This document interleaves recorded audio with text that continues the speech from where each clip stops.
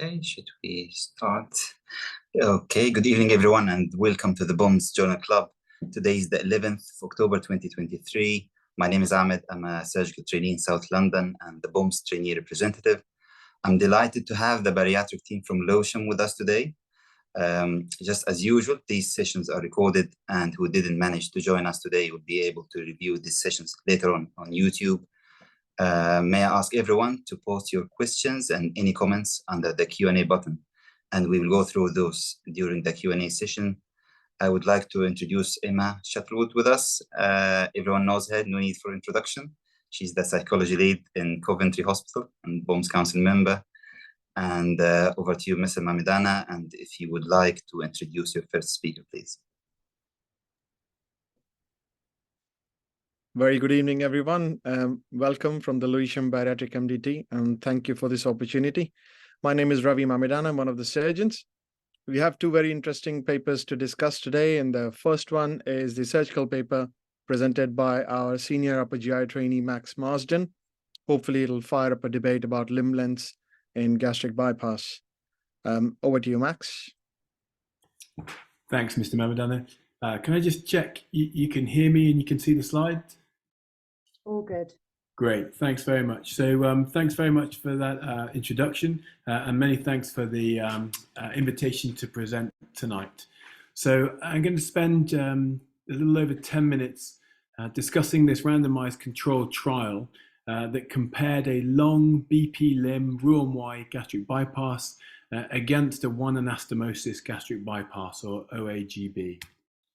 So the paper was published in May of this year in Obesity Surgery, and clearly this audience knows the journal well. It's the official journal of BOMSS, and it's got an impact factor in the last couple of years of 2.9.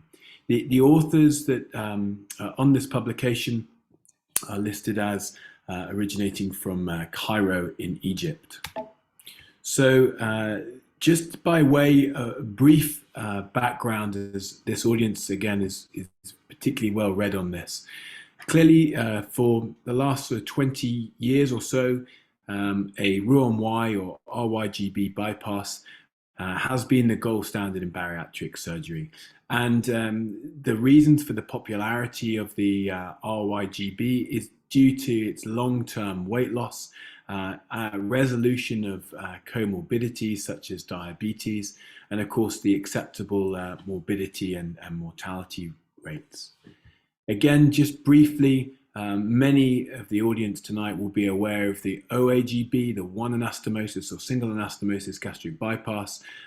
Famous surgeon Robert Routledge described this first in the literature in 2001, having developed the procedure several years prior. And as the name suggests, this is a bypass with simply one gastrojejunal anastomosis, traditionally performed around 180 centimeters from the ligament of Treitz. There are various proponents of the one anastomosis gastric bypass, and we can discuss why perhaps in a bit more detail. There is some evidence that perhaps the OAGB versus the Roux-en-Y gastric bypass has a greater weight loss effect, and that may well be due to the longer BP limb. And that's essentially the foundational point, or the premise that this study is based on. So the aims, these authors set out to compare the OAGB versus this elongated BP RYGB. With respect, the primary aim was to weight loss, and the secondary aim was to look at comorbidity resolution. In order to do that, they ran a randomized controlled trial for just over 16 months, starting patient recruitment in September 2019.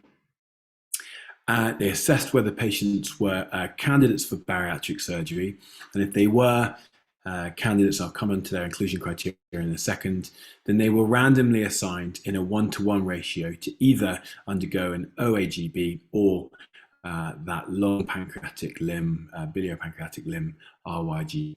And they followed the patients up for 6 months.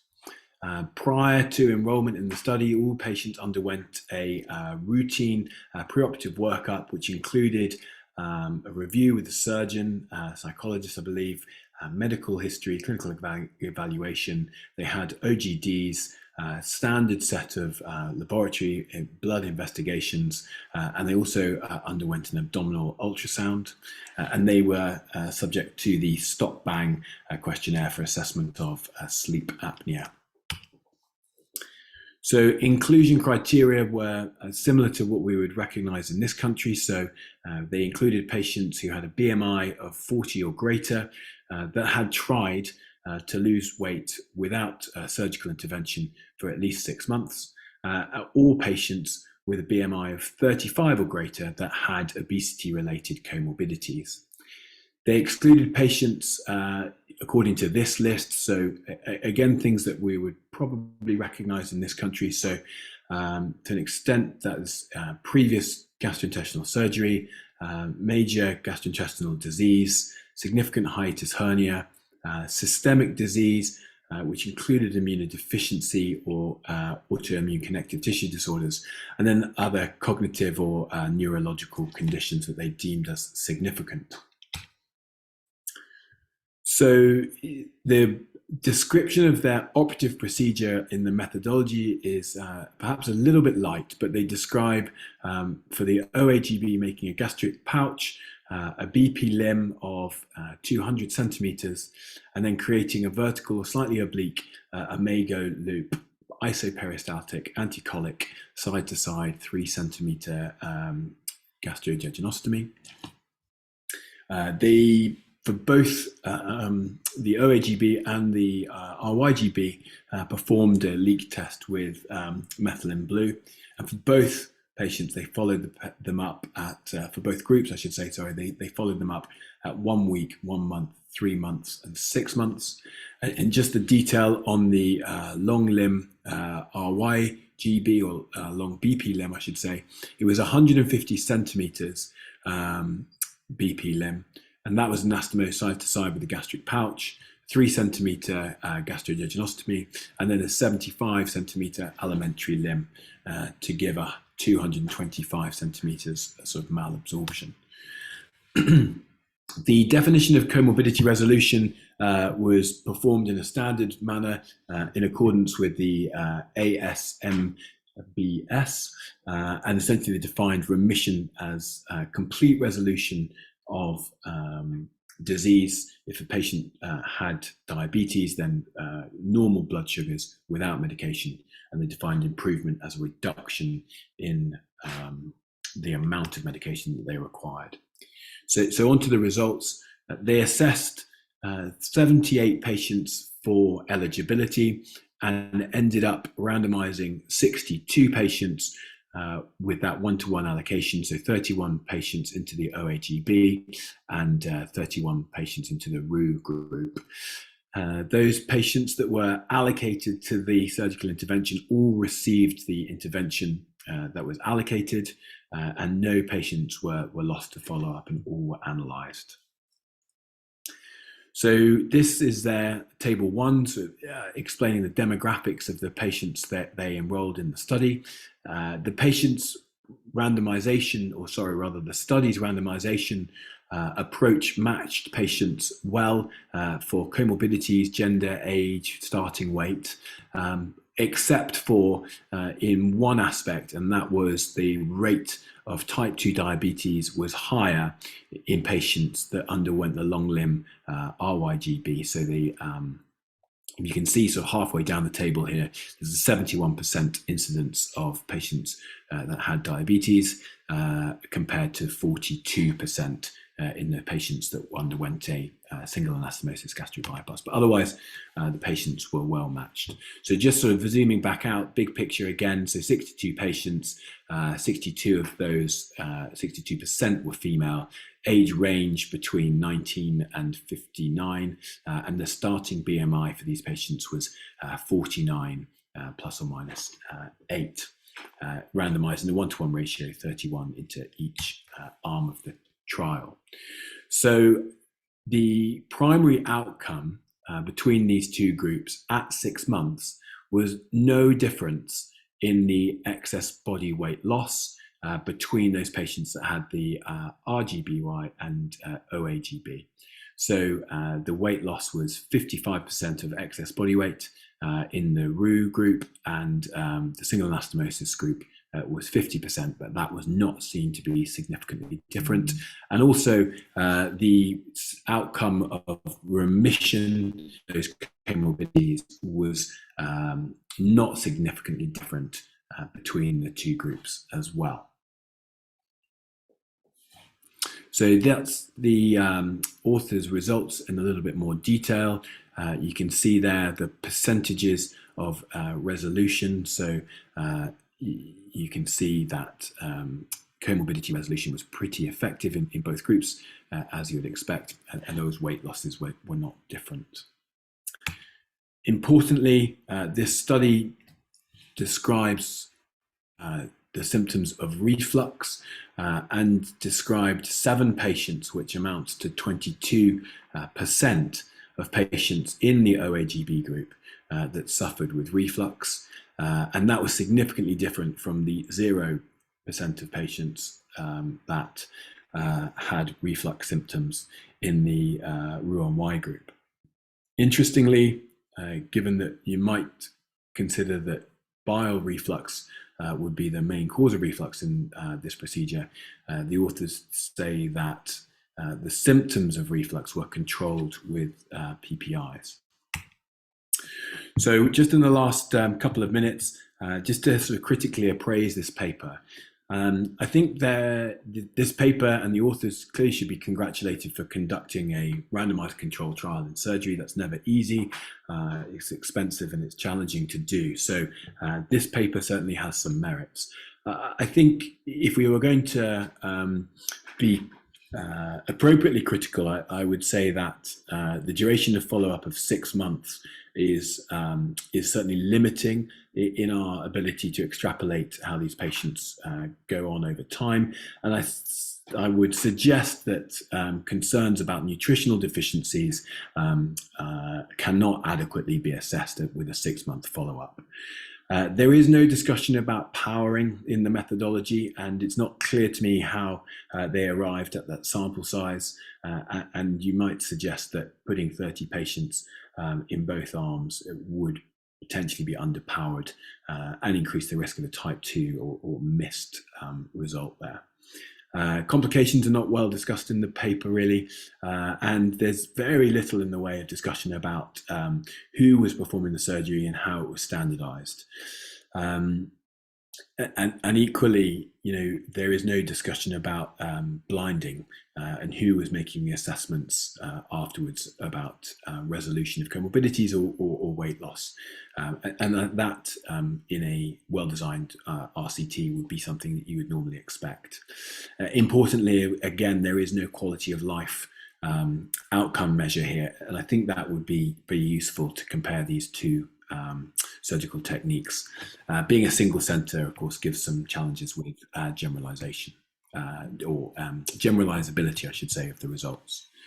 So the authors concluded that extending the BP limb of a Roux-en-Y gastric bypass provides weight loss and comorbidity remission comparable to that of the single anastomosis bypass.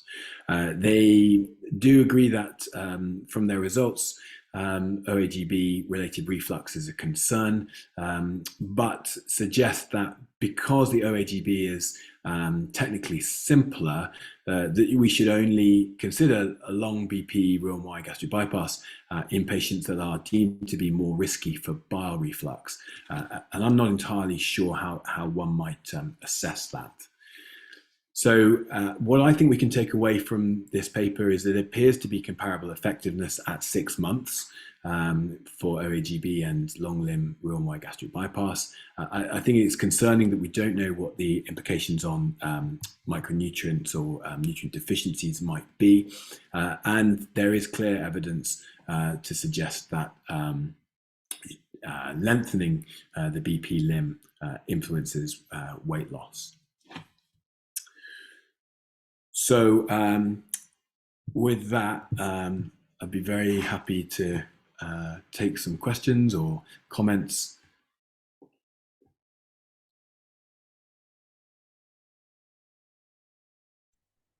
Okay, thank you, Max, so much for your excellent presentation. If you can just stop sharing the screen, please. So,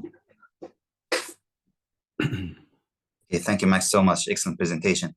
You actually discussed all the points that I would just, go through during the my questions. It's about, actually, it's a very interesting that they managed to follow up the patient 100%. There's no drops out at all.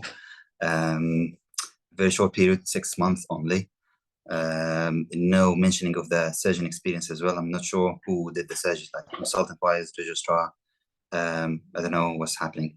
So we have a comment here from the floor saying that I think the study should have been done is 150 centimeter one anastomosis gastric bypass versus long limb Roux-en-Y gastric bypass after the Omega trial. There has been a move against the 200 centimeter one anastomosis gastric bypass. So from the reading of the paper, they mentioned a lot of, in the discussion, they mentioned a lot of other papers. All of them were just 2 meters for the one anastomosis gastric bypass, or they percussed other lengths? Yeah, I mean, I think this is an area that clearly needs further investigation and thought, doesn't it? And I note the comment about the Omega trial. That's well made. Mr. Mamedana and I were discussing the implications of this paper last night and suggesting that perhaps, the biband sleeve version 2 may include a one anastomosis gastric bypass versus the Roux-en-Y gastric bypass of variable limb length. So I think there's work still to be done here, and I know it's not your question, but I'm going to answer it anyway. If you're going to do this again, then I think you'd need a longer follow-up with greater number of patients.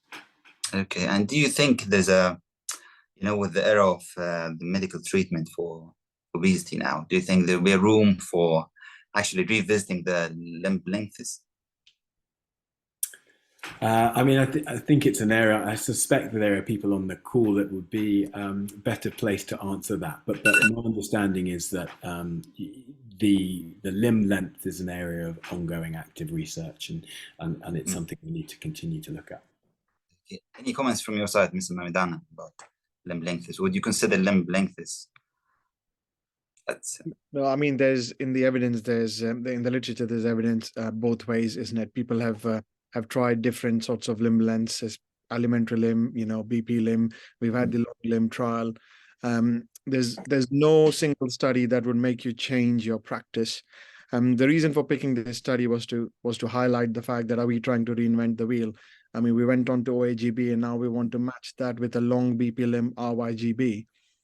Should we be comparing the standard RYGB with a shorter length OAGB, such as a 150 centimeter? So that's where the future will probably lie. And in terms of the GLP-1 agonists, I think if a couple of these studies mentioned in the paper, the evidence of difference in weight loss was only seen at 24 months. So in that case, would you be happy doing a shorter, a traditional RYGB and use a GLP-1 analog a year down the line? So I think we need... It's an area that needs to be explored. Yeah. Okay, thank you so much, Max, for this presentation. Excellent presentation as usual. And for you, Mr. Mamedana, if you want to introduce your second speaker, please. Sure, thank you. So for the IHP paper today, instead of a psychology paper from a bariatric journal, we decided to go with a bariatric paper in a psychology journal.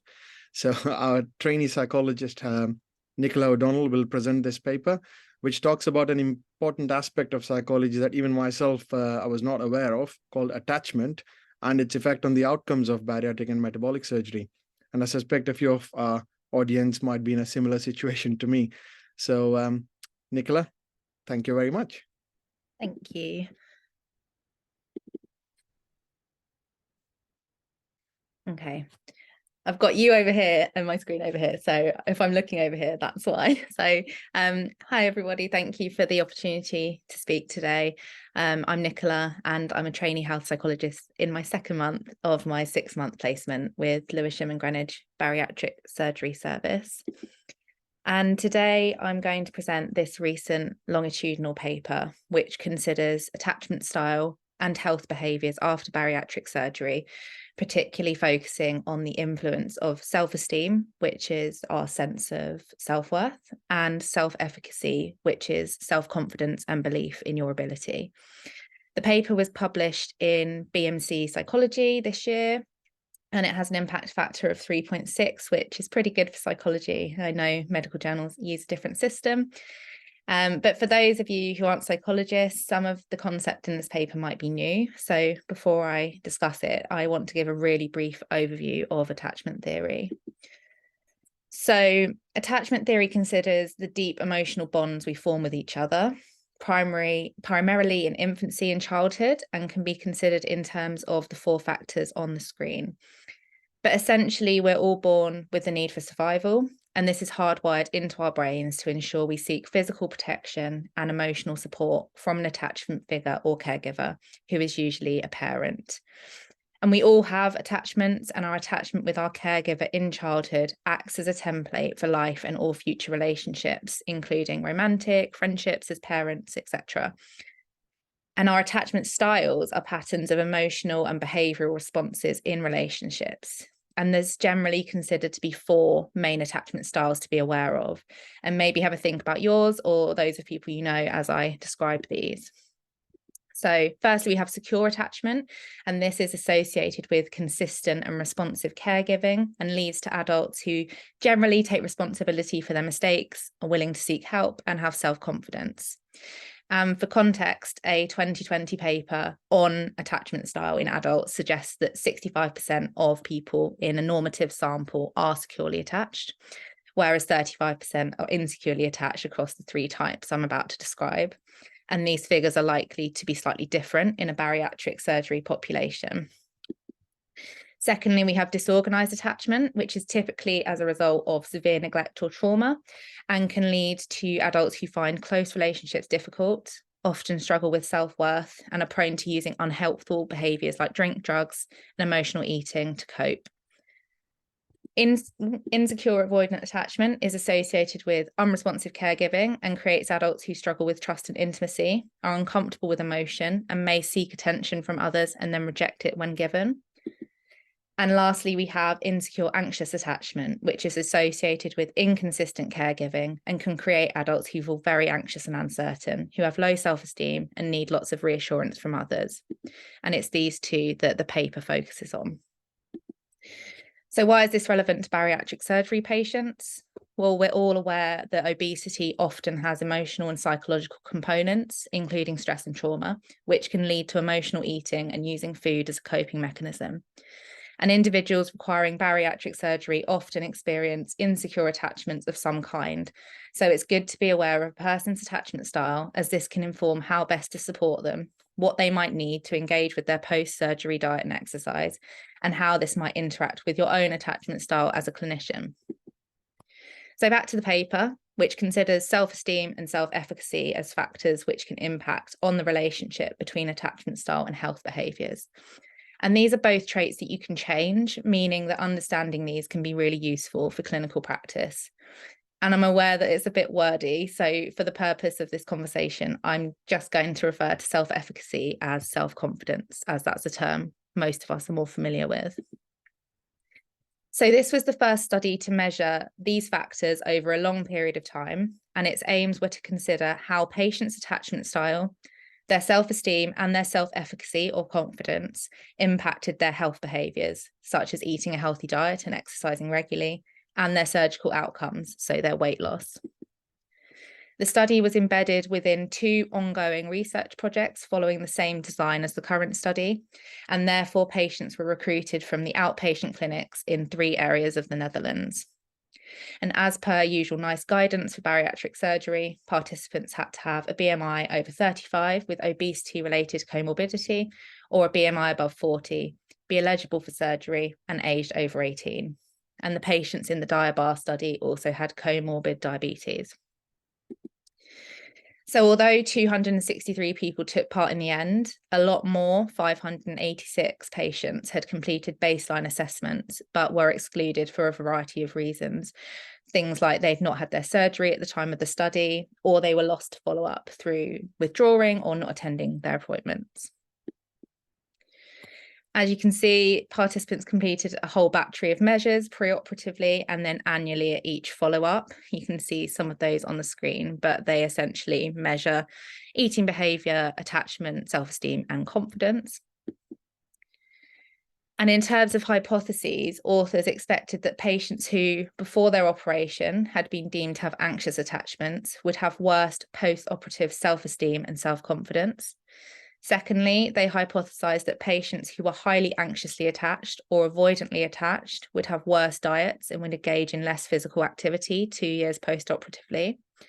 And lastly, they predicted that patients' self-esteem and confidence would have an impact on their attachment style, how well they adhered to their diets and how well they engaged in physical activity. So, for example, a patient with high self-esteem and high self-confidence would be less likely to be anxiously attached and engage in a better diet and physical activity, and vice versa. So authors completed a complex series of analysis, and I'm going to present the results in as simple a way as possible. And descriptive statistics were used to analyse patients' demographic characteristics. But to test the primary hypotheses, they conducted 4 serial mediation analyses. And this type of analysis is a way to understand how and why one variable influences another through an intermediate or mediating variable. And these variables change dependent on the hypothesis tested. So in the first model, authors predicted the influence of a patient's pre-operative anxious attachment style on 2-year post-operative dietary adherence, engaging in a healthy diet, while controlling for avoidant attachment style. And as is typical in psychology, statistical significance was determined with p is less than or equal to 0.05. So now on to the results. 263 participants took part in the study. They were majority female, Caucasian, and living with a partner with at least 1 child. Their mean age was roughly 48, and the majority had had a laparoscopic Roux-en-Y gastric bypass. The mean BMI pre-operation was 38.9, and the mean weight was 115 kilograms. And post-operatively, an average of 32.9 kilograms was lost per patient over the 2 following years. And there's a lot of results to go through, so really briefly, with the first hypothesis in mind, people with higher attachment anxiety and avoidance not surprisingly, had lower self-esteem after the surgery, and lower self-esteem was linked to less confidence in controlling eating habits. Therefore, having more self-confidence in controlling eating habits was associated with better adherence to diet after surgery. People with attachment anxiety had lower self-confidence in controlling their eating behaviours, but people with attachment avoidance did not. But attachment avoidance did not predict lower self-confidence in controlling eating behaviours, meaning that anxious but not avoidant attachments impacted individual beliefs that they could control their eating behaviours after surgery. And these findings provide insight into how psychological factors like self-esteem and attachment style can influence confidence in maintaining a healthy diet in bariatric surgery, which is, of course, really crucial. In terms of the second hypothesis, findings suggested that although attachment style is important to consider, on its own, it doesn't provide a strong explanation for why individuals may or may not adhere to dietary recommendations after surgery. And there's other factors that are likely to be more influential and therefore needing more research. It was also suggested that attachment style, self-esteem and self-confidence explained only 8% of the variation in dietary adherence. And this means that someone's attachment style and how good they felt about themselves and their confidence to achieve their bariatric goals combined had a modest but significant impact on how well people followed their diet. Patients with either insecure attachment style were also found to have lower self-esteem than securely attached individuals, not a surprise, but that influenced their belief in their ability to control eating and exercise behaviours and may be a factor that gets in the way of someone engaging in healthy behaviours post-surgery. And as I keep saying, this isn't surprising, and it does link to previous findings, which suggest that if you are less securely attached and therefore more anxious and insecure in your sense of self and the world around you, you're less likely to believe that you will do well and achieve your post-surgery goals. You may also be less likely to accept support and perceive that others, including potentially medical staff, may not believe you can achieve either. Oh. And lastly, in terms of hypothesis 3, higher attachment anxiety was associated with better dietary adherence and more exercise when self-esteem and self-confidence were consistently good. So this suggests that individuals with higher attachment anxiety may be more conscientious about their health and better at following a healthy lifestyle, despite their anxieties, in comparison to other attachment styles.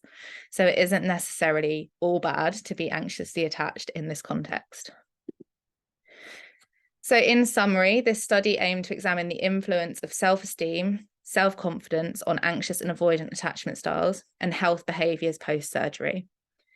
Overall, the main findings were that patients' self-esteem and self-confidence helped to explain why their attachment style before the surgery influenced their diet and exercise post-operatively. However, self-esteem and self-confidence only explained a small part of why patients had different diet and exercise habits, and only 8% of the difference in diets and 13% of the difference in physical activity could be explained by these factors. So essentially, if two patients had similar levels of self-esteem and self-confidence, but one of them was more anxiously attached before the surgery, this research suggests that the anxiously attached person might still have slightly better dietary habits and be more physically active than the other person. And in simple terms, this study found that attachment style can have some influence on how you eat and exercise post-surgery, but there are other factors at play, and these attachments don't explain everything. Overall, patients in the study generally adhered well to dietary recommendations 2 years after surgery, but overall their engagement in regular exercise was notably low. One possible explanation is that post-surgery, individuals tend to prioritise dietary changes over exercise as the primary means of weight management, potentially given societal emphasis on diets, and perhaps because it's slightly easier than engaging in physical activity, which many might not have done prior to surgery. And the study also suggests that promoting increased physical activity should be encouraged amongst these patients, especially during the surgical screening process. So considering attachment, self-esteem and confidence is important, and supporting patients to feel worthy and reinforcing their beliefs about their ability to succeed in their weight loss goals could lead to higher engagement with health behaviours, better weight management skills and adherence to treatment recommendations. And it may be that screening for attachment style briefly in pre-surgical assessment could help with this. It might also be beneficial to consider patient attachment in assessment and offer psychological support such as group-based interventions addressing self-esteem and confidence in an attempt to boost the outcomes of each patient. But as I say, these factors don't give the whole answer, and there's probably many other biological, psychological and social factors that impact surgical outcomes too and interact with the attachment style. And it's therefore crucial to consider supporting patients' well-being in a holistic way, focusing on not only attachment and coping style, but self-esteem, confidence and overall mental health too. So just to finish on some strengths and limitations, further research with different samples and longer follow-up periods is needed to confirm these results. But the study has several strengths, including the use of longitudinal data and mediation modelling, as this provides a novel insight into the impact of attachment style, self-esteem and confidence on health behaviours over time. It's important to see the long-term impact of these factors, not immediately just post-surgery, and it's positive as interventions can be offered pre-surgery to improve esteem and confidence, and then hopefully improve post-surgical outcomes. In terms of limitations, it's important to note that the data collection occurred during COVID, which may have limited access to sports facilities and gyms, potentially affecting the findings about physical activity. And the study was also, of course, conducted only in the Netherlands, meaning that generalizability is low. As with much research, especially in psychology, the majority of the sample were white females with partners and children, meaning that they may also represent a subsample of this population who may be more likely to have secure attachment styles and therefore do better with adhering to bariatric surgery recommendations. There was, of course, also dropouts and missing data, and excluded patients had higher preoperative BMI than patients included in this analysis, meaning that these findings should be viewed with this in mind and may be more applicable to people with lower BMI compared to those undergoing surgery with a BMI over 38. And lastly, of course, there's the limitation of using self-report measures that are subject to bias, particularly amongst avoidant attachment styles who are potentially likely to underreport distress. So that's all on that paper. Thank you for listening, and now open for questions. Thank you so much, Nicola. Amazing, and the questions are flowing. Apologize, but we'll keep an eye on the time. But yeah, you did a fantastic job, I have to say, of kind of succinctly summarizing that paper, which was a reminder of my training days of attachment theory. So some of the questions that we've got coming in, I suppose a few pointers that you've already raised about the fact that it was maybe just one population that was being looked at, and it was quite subjective, some of kind of parts of it. Vanessa has asked in the Q&A, in your opinion, do you think it's worth bringing this into routine assessments for every patient that the dietitian does? So I suppose bearing in mind that not every patient is assessed by a psychologist. Don't really have any thoughts. Yeah, so I mean, I'm bearing in mind there's two more experienced psychologists on this call, but in terms of my humble opinion, I think it would be beneficial because you can do quite a brief measure. There is measures out there, and you know, this paper doesn't give the whole picture, but I think it does highlight the role of attachment, and it is important to consider because, you know, it can help you to make an assessment of, well, one, maybe whether someone needs to see a psychologist, their preparedness psychologically to handle bariatric surgery and the changes that will come after that. And it might also help to understand how they might cope with those changes. And ultimately, that's going to benefit them, but it's also going to reduce strain on resources, hopefully, if, you know, we can pick up that someone might struggle and might need some input prior to surgery. I don't know if anyone else has got anything to add on that.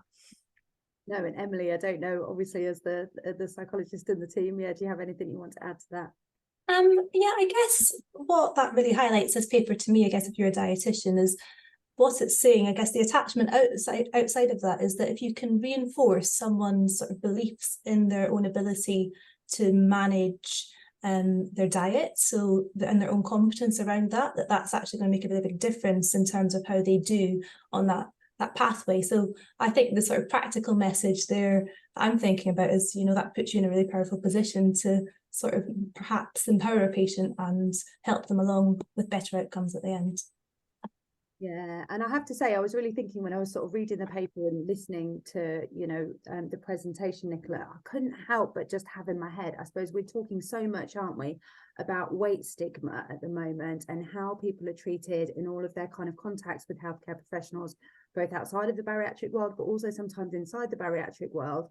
And I'm just wondering, I suppose, what kind of impact that can have on attachment as they go along with the teams that they're working in, and therefore, you know, and I suppose kind of, again, it all links, doesn't it, towards that kind of how they feel about themselves, their self-esteem and their confidence in their ability to do something if they're being faced with weight stigma everywhere they turn to. I'm not aware of any papers that have linked attachment and weight stigma and whether it changes attachment styles or anything. I don't know whether you guys are aware of anything in your sort of reading around this or have come across it.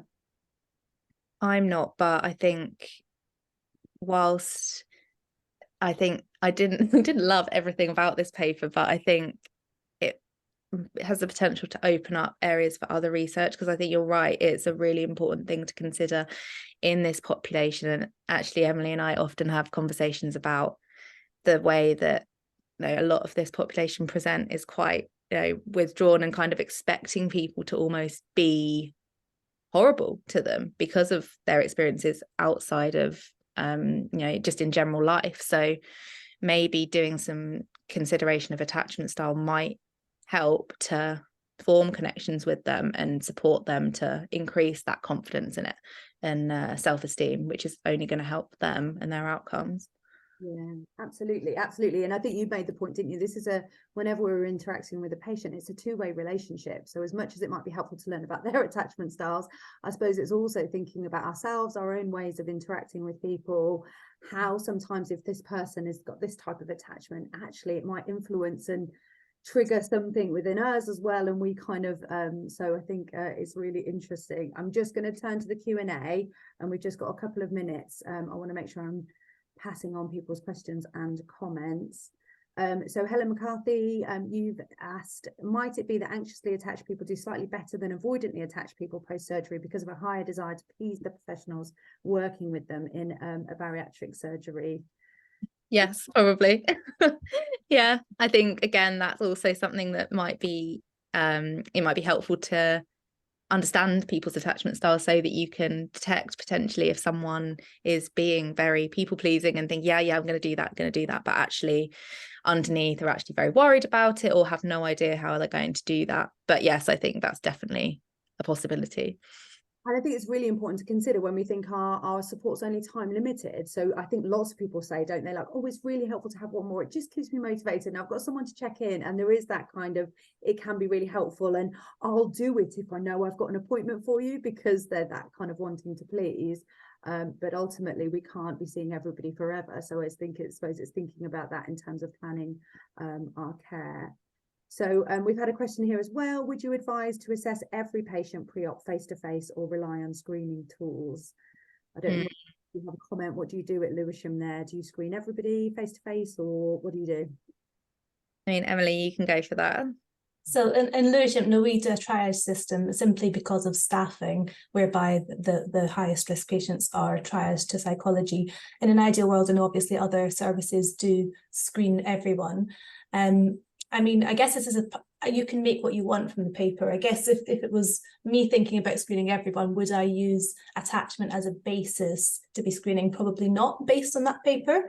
But I would be holding it in mind as a sort of relational template as opposed to something I'd probably bring out explicitly within a screening tool or assessment. But that's my take personally. Yeah, I mean, I have to say, I'd probably agree. It's not something we routinely, but like you, we screen people paper, and we therefore invite a cohort of those that perhaps score highly on certain things, that we would invite them in for a face-to-face, or any of our team could refer in straight for a face-to-face if they think that's what's needed. But yeah, we just don't have the resources to be able to see everybody face-to-face. Yeah, and I think in terms of the attachment style stuff, one of the criticisms from this paper was that attachment style is not best assessed through a questionnaire. So to then do that in an interview style, which is what's best practice, would take a long time. So again, quite an unrealistic thing potentially to do for every single patient that comes through. Absolutely. Okay, thank you so much. That was so interesting. Fantastic presentations from both presenters today. So I want to say a huge thank you to the team.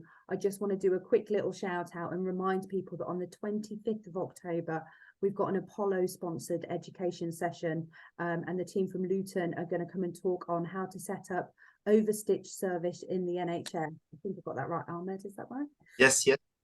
And then also, just date for your diary, is the 8th of November is the next Journal Club. Yeah, precisely. But yeah, for me, thank you so much. It was amazing. Yeah. Thank you, everyone. Thank you. Good night. Bye. Thank you. Bye-bye.